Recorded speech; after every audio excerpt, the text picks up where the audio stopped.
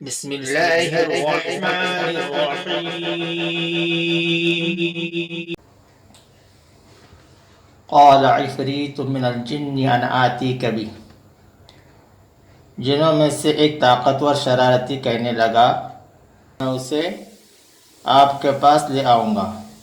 آیت مبارکہ دلیل ہے کہ عفریت جنوں میں سے ہے، جیسے کہ فرمان الہی ہے قال عفریت من الجن انا آتیک به قبل ان تقوم من مقامک وانی علیہ لقوی امین.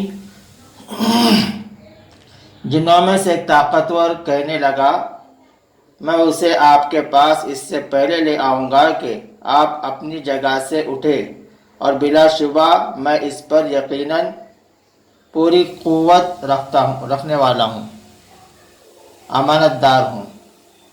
عفریت کا معنی سرکش ہے، چونکہ سلیمان علیہ السلام صبح سے لے کر زوال تک فیصلوں اور حکومتی انتظامات کے لیے بیٹھتے تھے.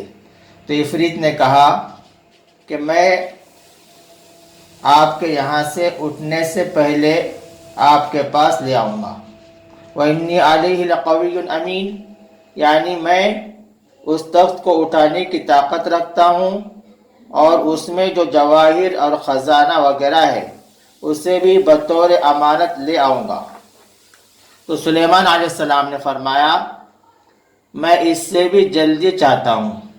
اس سے ظاہر ہوتا ہے کہ سلیمان علیہ السلام نے وہ تخت اس لیے حاضر کروانے کا ارادہ کیا تاکہ وہ اللہ تعالیٰ کی عطا کی گئی بادشاہت کی عظمت کا اظہار کریں.